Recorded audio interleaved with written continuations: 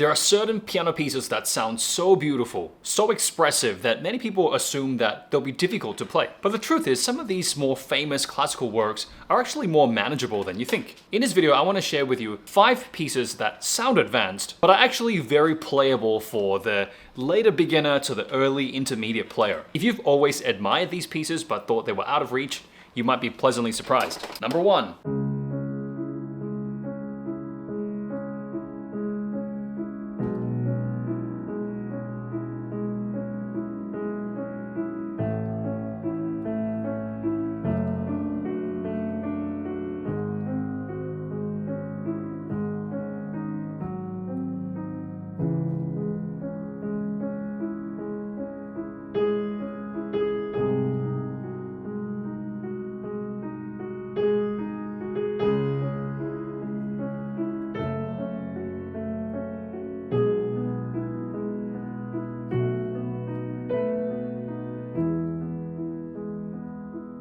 This is probably one of the most recognizable classical piano pieces ever written. This is Beethoven's Moonlight Sonata, the first movement. A lot of my students hear it and they often assume it is difficult. And yes, it is difficult from a perspective of sight reading. So there are 4 sharps in this piece. And also I think, yes, it is difficult to play it in an expressive way. But purely technically speaking, like actually just executing the piece, it's very manageable for even the later beginner to the early intermediate player. Most of the left hand are playing long octaves, and right hand are playing broken chords and also a melody on top. The challenge of this piece isn't speed or virtuosic technique, it's more control and the balance. So it's musically deep, but technically not as hard as it seems. Number 2.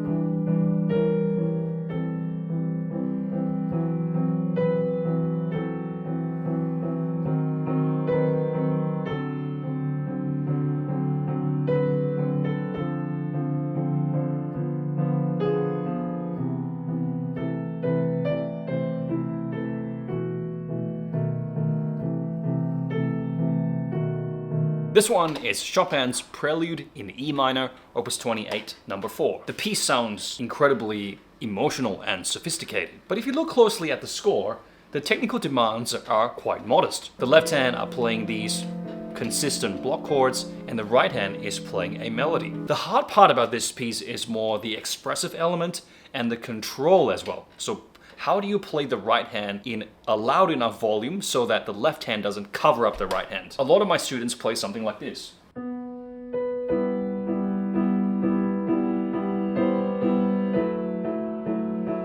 Right? Because of the nature of that pedal and the consistent left hand block, it can really cover up the right hand if you don't have your right hand stand out and the left hand like really pull it down. In this way.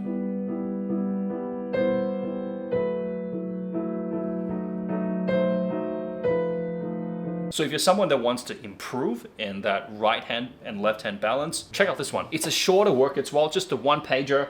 Towards the end of the piece, there are a couple of bars that are a little bit more challenging if you've played this before, but as usual, with the slow practice, with the hands separate, anything can be achieved. Number 3.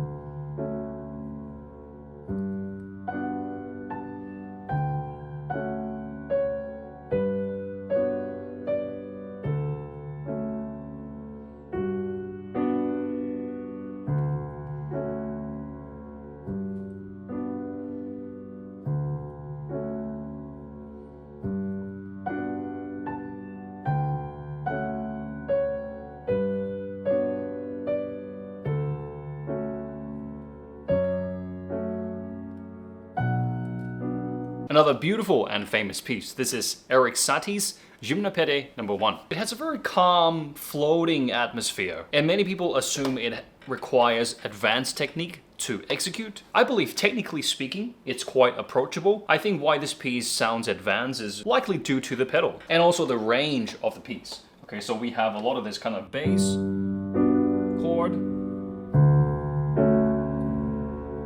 and as you can see, with the pedal and the sound is sustained, it sounds grand and it sounds bigger than it is. Without the pedal, it would be something like this. As you could see, much less sound, much more dry. One of the minor challenges of this piece from feedback from many students is the jumps between the bass and the chord.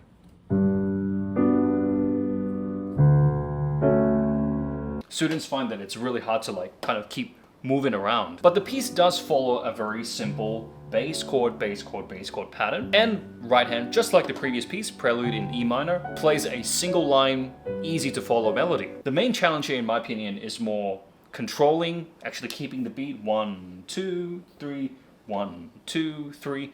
The control of the rhythm, control of the pedal, and the balance, again, just as we discussed in the previous piece, balance of right hand being louder, left hand being softer, and making sure everything blends very smoothly. But in terms of difficulty, this one is definitely within reach for the later beginner to the early intermediate player. Piece number 4.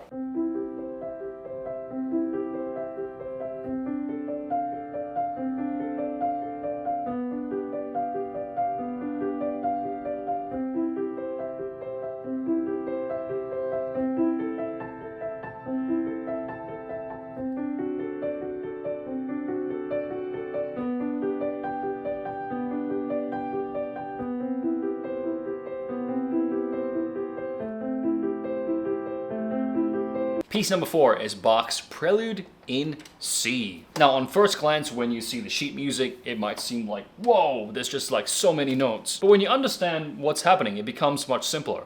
The whole piece is basically a repetitive pattern of da da da da da da da da.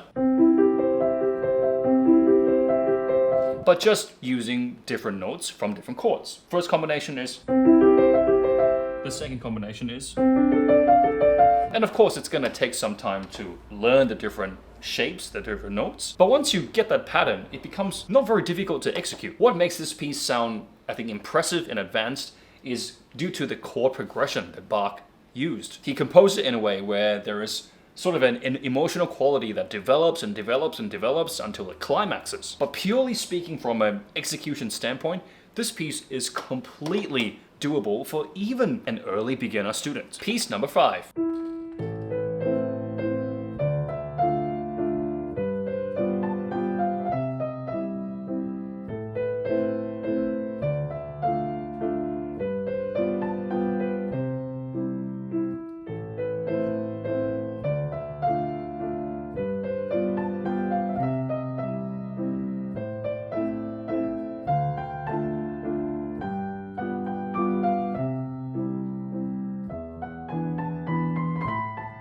And finally, we have Chopin's Waltz in A minor B150. Whenever people see the word Chopin, they think, oh my gosh, probably it's going to be hard. And there's some truth to that. But this particular waltz is one of the more accessible ones in his collection. The left hand follows a very typical waltz pattern, bass chord chord. I already love the first 4 bars. Has a very nice harmonic progression to it. And the right hand plays a melody that's expressive, but not virtuosic. I think some people, when they hear something like this, they might get a little bit intimidated by that. But I've gone through this piece with many, many beginner students, and it's definitely achievable to do something like that. That's called an ornament in music. Okay, so if you just kind of start practicing it slowly. So the part that you heard that was sort of quite interesting there was this part, right? But when you start practicing it, you don't play it at this speed straight away. You would do something like this.